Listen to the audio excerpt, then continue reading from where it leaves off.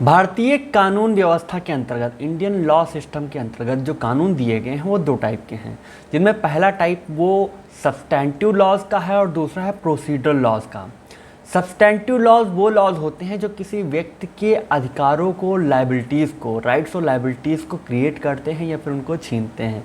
और प्रोसीडरल लॉज वो लॉज होते हैं जो कि सब्सटेंटिव लॉज को इंश्योर करते हैं, उनके अंतर्गत जो राइट्स दिए गए हैं, लाइबिलिटीज़ दी गई हैं, उनको सिक्योर करते हैं, उनको एनफोर्स करते हैं, उनको कार्यान्वित करते हैं। सब्सटेंटिव लॉज की इसके अतिरिक्त राइट्स और लाइबिलिटीज़ को क्रिएट करने के और छीनने के अतिरिक्त एक जो दूसरा इंपॉर्टेंट प्रोविज़न है वो सब्सटेंटिव लॉज में जो आईपीसी है, इंडियन पिनल कोड, उसमें दिया गया एक खतरनाक प्रोविज़न है जिसको हम कहते हैं दंड का या पनिशमेंट का प्रोविज़न। यानी कि आईपीसी बेसिकली अगर किसी के सामने नाम लिया जाएगा तो आईपीसी का नाम सुनते ही, इंडियन पिनल कोड का नाम सुनते ही उसके दिमाग में, एकदम जहन में जो एकमात्र चीज़, एकमात्र टर्म जो हिट करेगा वो केवल दंड का होता है, पनिशमेंट का होता है, सज़ा का होता है। इसीलिए इंडियन पिनल कोड के अंतर्गत सज़ा का प्रोविज़न, सज़ा के प्रावधानों को जानना बहुत ही ज़रूरी हो जाता है। अब ज़्यादातर लोग क्या होते हैं कि जब स्टार्टिंग से आईपीसी पढ़ना स्टार्ट करते हैं तो वो सीधा आ जाते हैं 4th चैप्टर पे, जो कि जनरल एक्सेप्शन का है। 3rd चैप्टर को सीधे सीधे वो अवॉइड कर जाते हैं, जबकि उन्हें ऐसा नहीं करना चाहिए। क्योंकि अगर आप उन दंडों के बारे में ही नहीं जानेंगे, उन सज़ा के बारे में ही नहीं जानेंगे जो कि आईपीसी जिसके अंतर्गत उसके लिए प्रावधान किया गया है, तो भाई आपको आईपीसी पढ़ने का, भारतीय जो ये इंडियन पिनल कोड है उसको पढ़ने का फ़ायदा ही क्या हुआ। इसलिए आज के इस चैप्टर में हम इंडियन पिनल कोड के अंतर्गत दिए गए पनिशमेंट के, दंड के बारे में जो भी प्रोविज़न दिए गए हैं, जो कि सेक्शन 53 से लेकर सेक्शन 75 तक के हैं, इनके बारे में आज हम बहुत ही विस्तृत तरीके से चर्चा करने वाले हैं, जो कि आपके कॉम्पिटिटिव एग्ज़ाम के लिए, जुडिशियल प्रिपरेशन के लिए या ऐसे किसी एग्ज़ाम के लिए बहुत ही कारगर सिद्ध होने वाला है।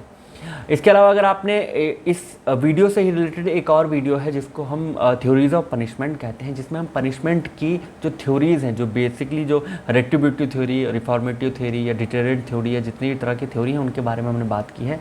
अगर आप उस वीडियो को देखना चाहते हैं, अगर आप इन थ्योरीज़ के बारे में जानना चाहते हैं तो ऊपर आई बटन में आपको इसका लिंक मिल जाएगा। आप वहाँ जाकर इस चीज़ को, इस वीडियो को देखकर और संपूर्ण ज्ञान प्राप्त कर सकते हैं। तो पनिशमेंट के इस वीडियो को बिना किसी अनावश्यक भूमिका के चलिए आराम से प्रारंभ करते हैं।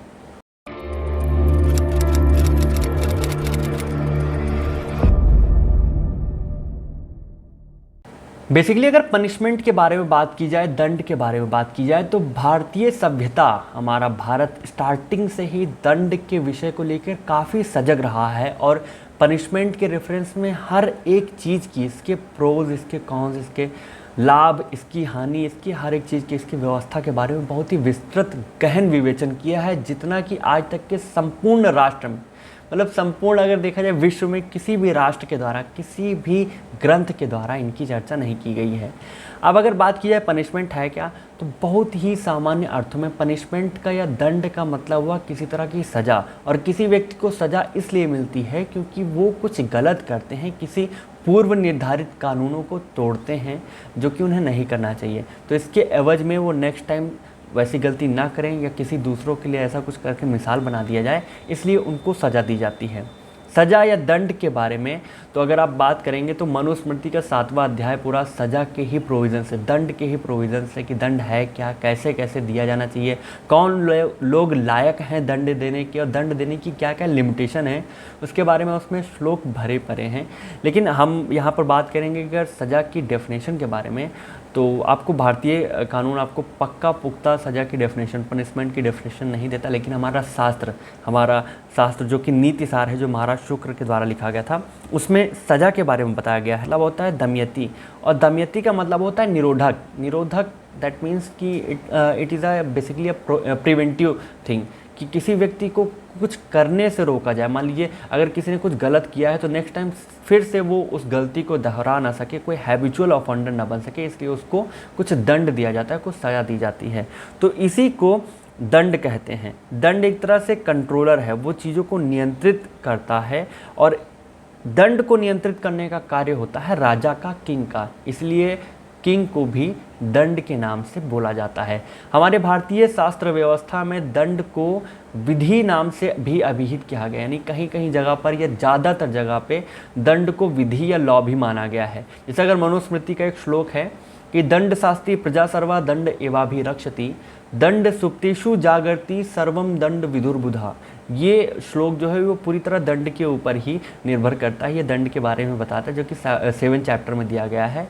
और यहाँ पर भी दंड को लॉ के बराबर रखा गया है, लॉ के साइनोनाइम रखा गया है।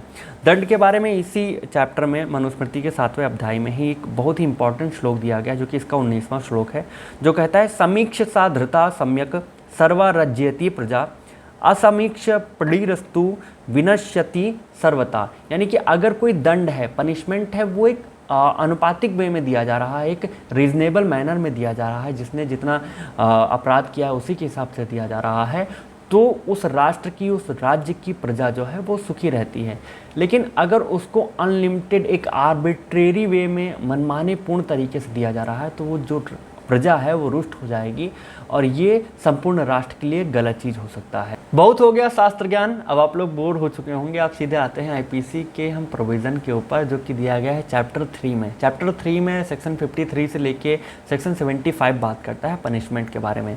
तो पनिशमेंट के बारे में सबसे पहला जो प्रोविज़न दिया गया वो सेक्शन 53 में दिया गया है, जो कि ये कहता है the punishment to which offenders are liable under the provision of this code are first death, second है इम्प्रिजनमेंट फॉर लाइफ, थर्डली को ओमिट कर दिया गया था, और उसके अलावा फोर्थ है imprisonment which is of 2 descriptions namely rigorous and second with hard labour, और दूसरा जो है वो सिंपल है। फिफ्थली फॉरफीचर ऑफ प्रॉपर्टी, और सिक्सथली फाइन। यानी कि सेक्शन 53 केवल ये कहना चाहता है कि जो पनिशमेंट का जो प्रोविज़न दिया गया है, तो इस कोड के अंतर्गत 5 तरह के पनिशमेंट के बारे में बताया गया है, जिनमें सबसे पहला मृत्युदंड आता है, डेथ जिसको कहते हैं, कैपिटल पनिशमेंट। दूसरा आता है इम्प्रिजनमेंट फॉर लाइफ। तीसरा आता है इम्प्रिजनमेंट, जो कि 2 टाइप का हो सकता है, जिसको आगे के प्रोविज़न में हम इम्प्रिजनमेंट ऑफ ईदर डिस्क्रिप्शन के नाम से जानेंगे, जो रिगोरस भी हो सकता है, कठोर श्रम के साथ, जो कि चक्की पीसने वाला मैटर है, और दूसरा है सिंपल, एकदम नॉर्मल वे में।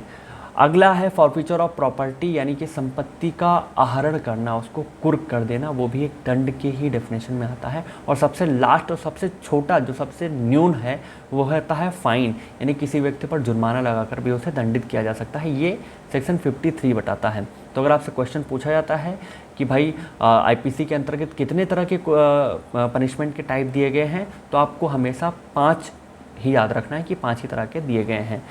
सेक्शन 53 ये इतना इंपॉर्टेंट नहीं है। सेक्शन 53 जो बात करता है ए, वो construction of reference to transportation है। वो बस इतना कहता है कि जहाँ पर पहले ट्रांसपोर्टेशन फॉर लाइफ था, अब के टर्म में अगर ट्रांसपोर्टेशन फॉर लाइफ दिया गया है किसी चीज़ में, तो इसका मतलब आप इम्प्रिजनमेंट फॉर लाइफ ही समझेंगे, बस। इसके अलावा इसमें कुछ भी इंपॉर्टेंट नहीं है।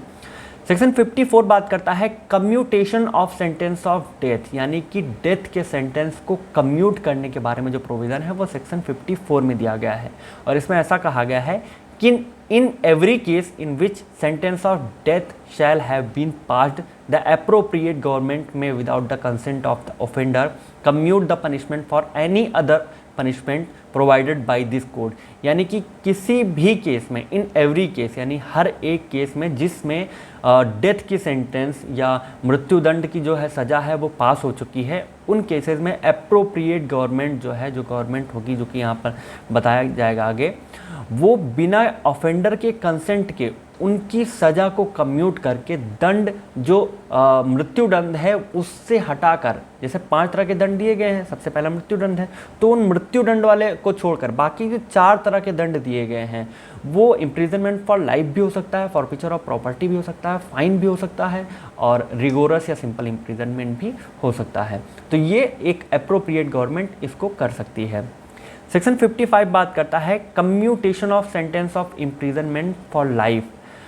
In every case in which sentence of imprisonment for life shall have been passed, the appropriate government may, without the consent of offender, commute the punishment for imprisonment of either description for a term not exceeding 14 years। Same चीज़ है जैसा कि section 54 में कहा गया है। ऐसा ही section 55 में कहा गया है कि अगर यहाँ पर जो सज़ा है वो इम्प्रिजनमेंट फॉर लाइफ की है, यानी आजीवन कारावास की है, तो उसको अगर अप्रोप्रिएट गवर्नमेंट चाहे तो बिना ऑफेंडर की कंसेंट के, उनकी सहमति लिए बिना ही उस इम्प्रिजनमेंट फॉर लाइफ को बदल कर वो 14 साल तक की सज़ा के रूप में उसे परिणत कर सकती है। सेक्शन 55A बात करता है इन दो सेक्शन 54 और 55 से जुड़े बहुत ही इंपॉर्टेंट टर्म के बारे में, जो कि अप्रोप्रिएट गवर्नमेंट का है। तो इसमें सेक्शन 55A में अप्रोप्रिएट गवर्नमेंट की डेफिनेशन दी गई है, जिनमें पहले पॉइंट में ये कहा गया है कि अप्रोप्रिएट गवर्नमेंट का मतलब होगा अगर मामला सेंटेंस ऑफ डेथ से रिलेटेड है या फिर किसी भी अन्य मामले से रिलेटेड है, अन्य ऑफेंस से रिलेटेड है, जिसके क्षेत्र में केवल यूनियन एग्जीक्यूटिव की पावर एक्सरसाइज होती है, मतलब जो केंद्र सरकार है उन्हीं की एग्जीक्यूटिव पावर, उन्हीं की जो कार्य से संबंधित जो शक्तियां हैं, एग्जीक्यूशन से संबंधित शक्तियां हैं, वो एक्सरसाइज होती हैं। तो उस केस में सेंट्रल गवर्नमेंट को अधिकार मिला हुआ है कम्यूट करने का। और सेकेंड पॉइंट में ये कहा गया है कि दंड चाहे मृत्यु का हो या कोई भी हो, अगर मामला ऐसा है जो कि स्टेट एग्जीक्यूटिव पावर से रिलेटेड है, राज्य के कार्यान्वयन शक्ति से रिलेटेड है, तो ऐसे केसेस में राज्य को अधिकार मिला हुआ है कि वो उसमें उनके जो ऑफेंसेस हैं उनको कम्यूट कर सकें। यहाँ पर ये राज्य जो है वो अप्रोप्रिएट गवर्नमेंट की तरह काम करेंगे। सेक्शन 56 हटा दिया गया। सेक्शन 57 बात करता है fractions of terms of punishment.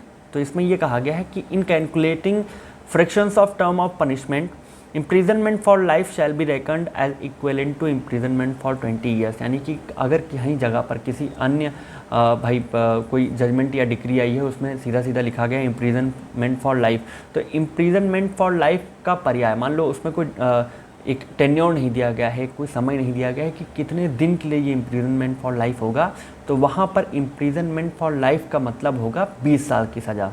बस इतना ही सेक्शन 57 में बताया गया है।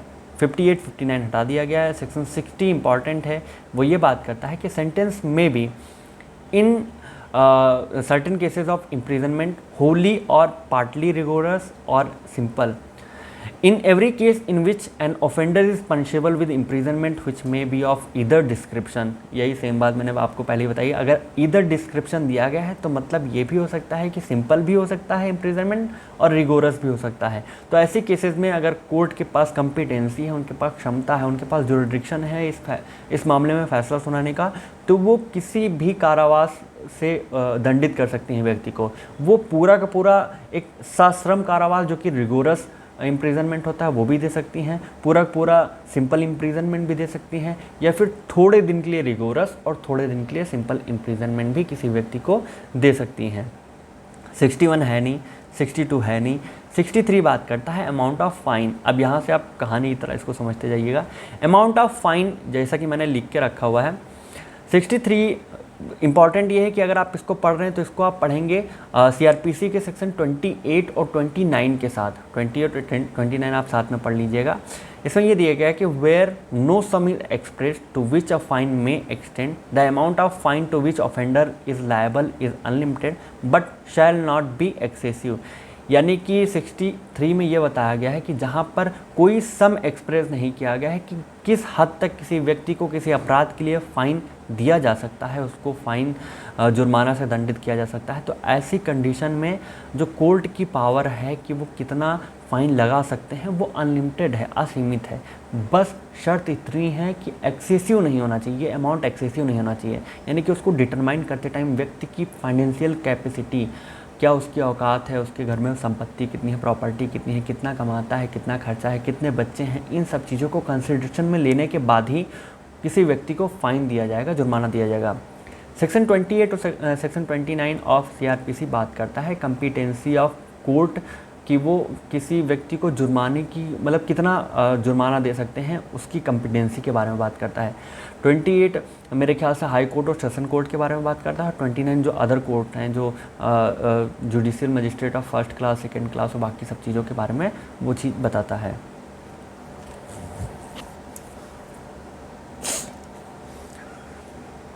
सेक्शन 64 बात करता है sentence of imprisonment for non payment of fine.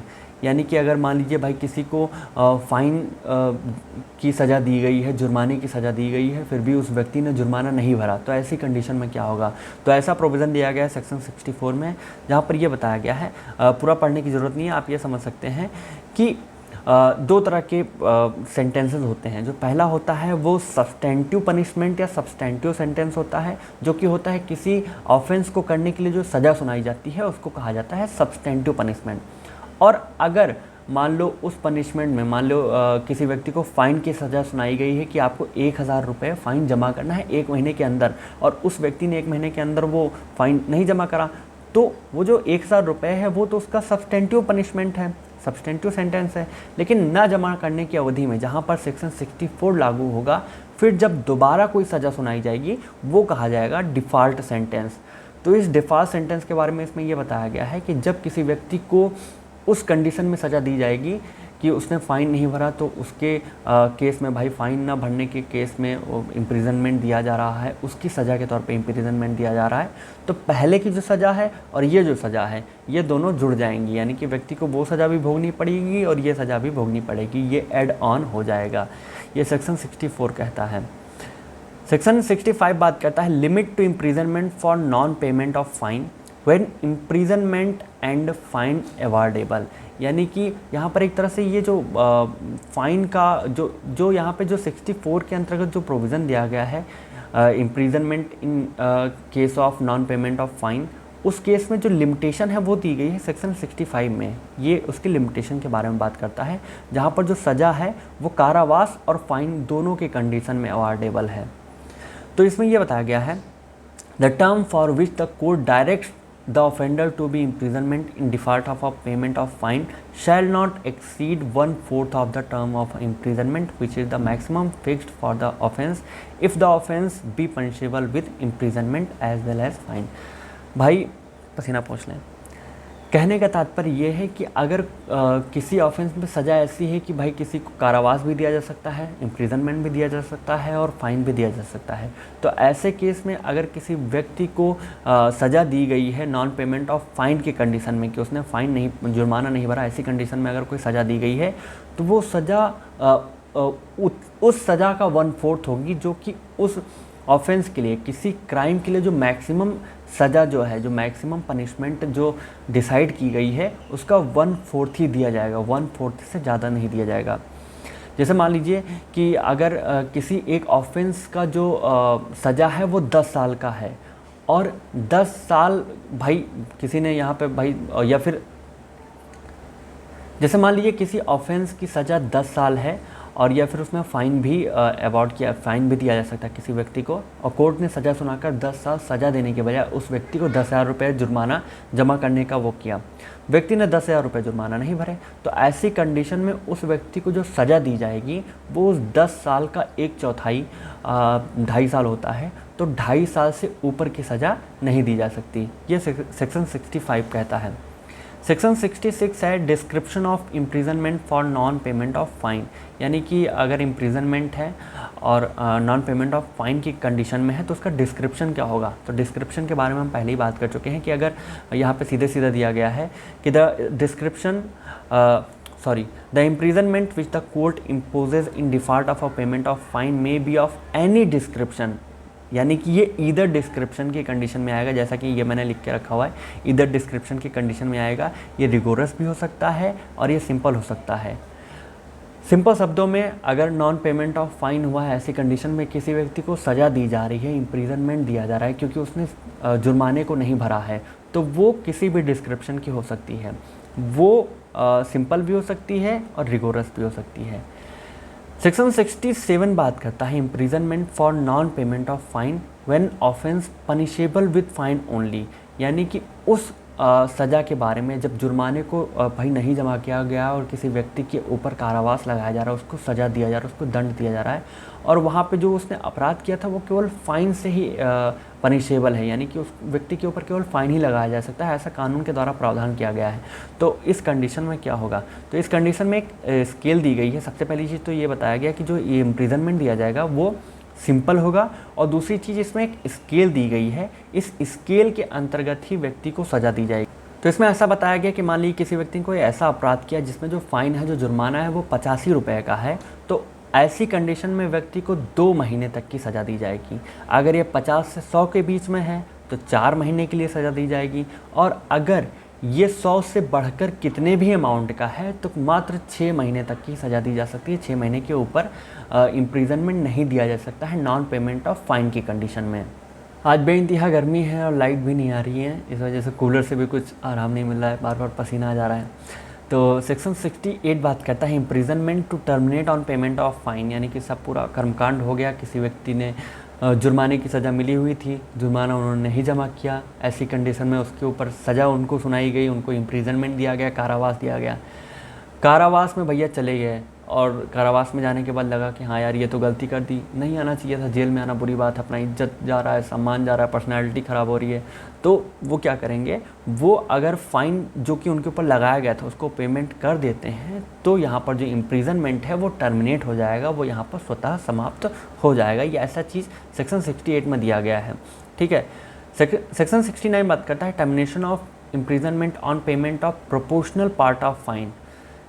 ये टोटली गणित है भाई, ये वो स्केल लेके आप आ जाइए, वो स्केल की तरह है। इसमें ऐसा बताया गया है सेक्शन 69 में कि अगर मान लीजिए किसी व्यक्ति को भाई सज़ा दी गई है नॉन पेमेंट ऑफ फाइन, जुर्माने को न जमा करने की अवधि में उसके एवज में सज़ा दी गई है, और भैया ने आधी सज़ा काट ली, और आधी सज़ा काटने के बाद लगा कि यार सज़ा ज़्यादा समस्या कर रही है, फ़ाइन ही दे देना चाहिए था। तो ऐसी कंडीशन में अगर वो पार्टली सज़ा काट रहे हैं, कारावास कर रहे हैं, जेल में रह रहे हैं, और पार्टली उसका फ़ाइन दे रहे हैं, तो उस कंडीशन में क्या किया जाएगा, तो उस कंडीशन में वही स्केल लाई जाएगी जिसके पहले हम अभी बात कर चुके हैं। यहाँ पर एक तरह का प्रपोर्शन, एक गणित उपयोग किया जाएगा कि मान लीजिए अगर किसी व्यक्ति को 200 रुपये का फ़ाइन सुनाया गया है, ठीक है, 200 रुपये का फ़ाइन जुर्माने की सज़ा दी गई है, और 200 रुपये उन्होंने नहीं जमा करे, अब उनको 4 महीने की सज़ा सुना दी गई।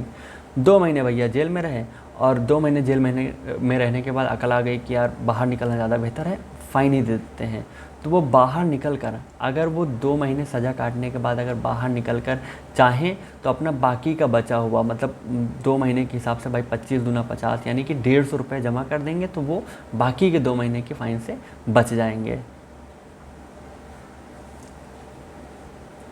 आप इस चीज़ को, इसका डिस्क्रिप्शन जो ये यहाँ पे इलस्ट्रेशन दिया हुआ है, ये पढ़कर समझ सकते हैं, बहुत ही सिंपल है, ठीक है। सेक्शन 60 बात करता है fine leviable within 6 years और during imprisonment death not to discharge property from liability. जैसा कि मैंने लिख के रखा हुआ, इसमें सेक्शन 70 में 3 पॉइंट्स दिए गए हैं, 3 इंपॉर्टेंट पॉइंट्स दिए गए जिनको मैंने अलग अलग कलर से मार्क करके रखा हुआ है।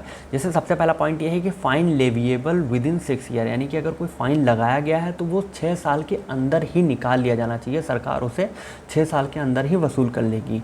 और दूसरे पॉइंट के अंतर्गत अगर 6 साल से ज़्यादा की सज़ा है, मान लो 10 साल की है, 12 साल की, 14 साल की है, तो उस इम्प्रिजनमेंट के दौरान निकाल दिया जाना चाहिए, सरकार के द्वारा जुर्माने को वसूल लिया जाना चाहिए।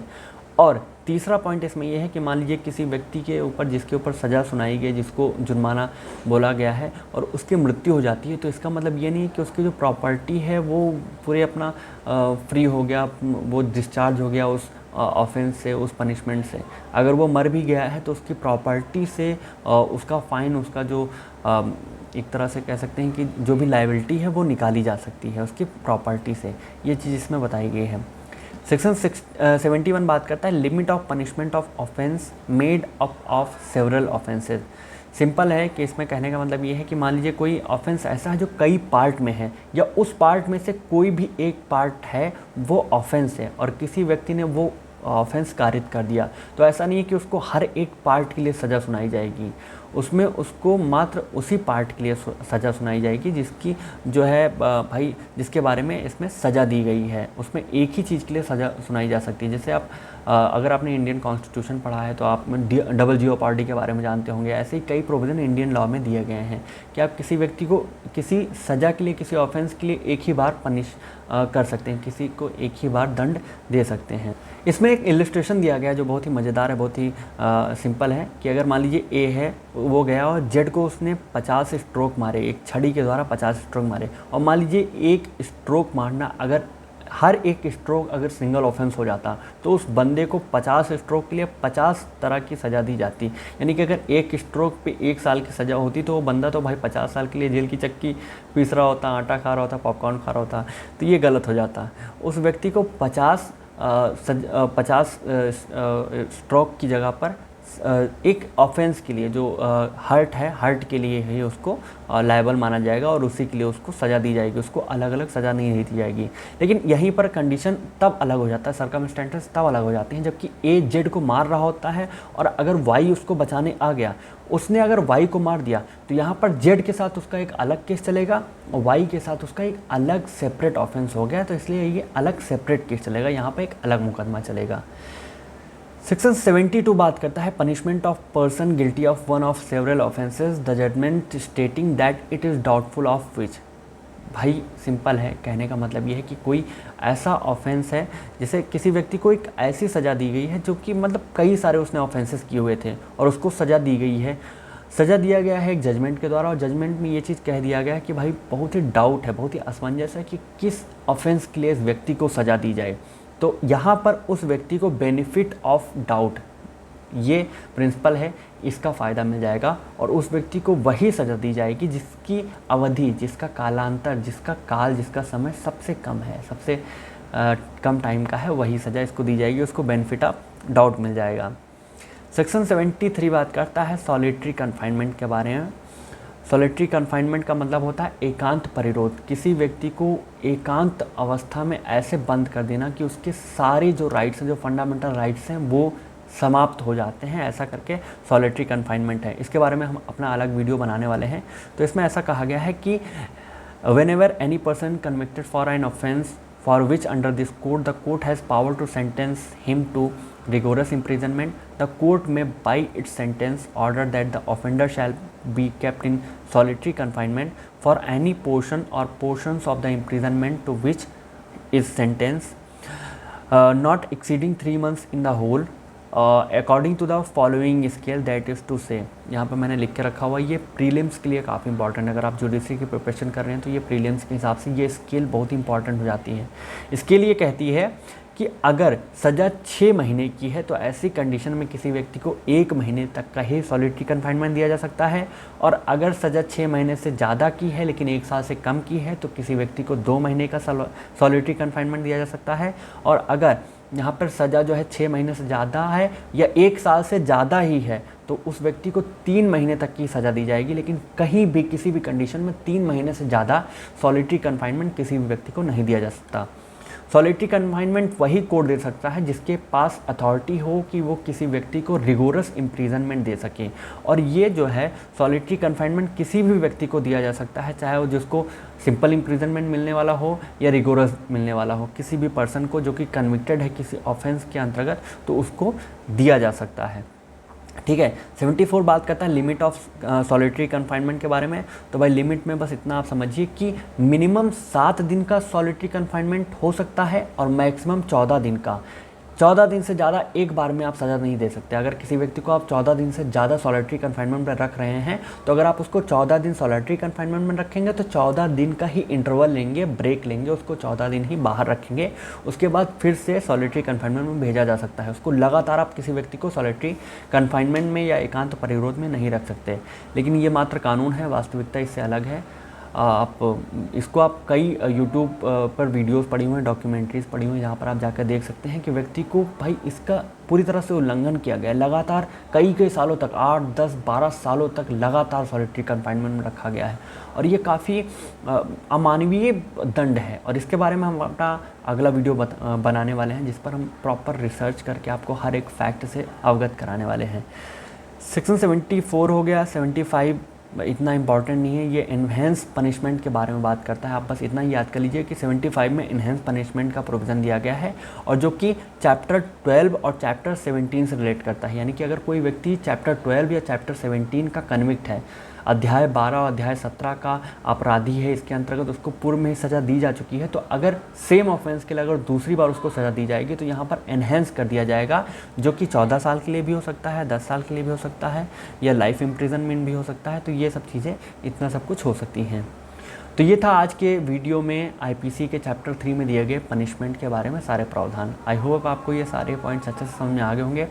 बाकी के लॉ से related videos, points, topic, judgement और अमेंडमेंट के लिए हमारे साथ बने रहिए और हमारे अगले वीडियो के लिए चैनल को सब्सक्राइब कर लीजिए, बेल आइकन को दबा दीजिए, घंटी को बजा दीजिए और हमारा अगला वीडियो जो है वो सॉलिटरी कन्फाइनमेंट पे या एकांत परिरोध पे आने वाला है, तो उसके लिए हमारे साथ जुड़े रहिए।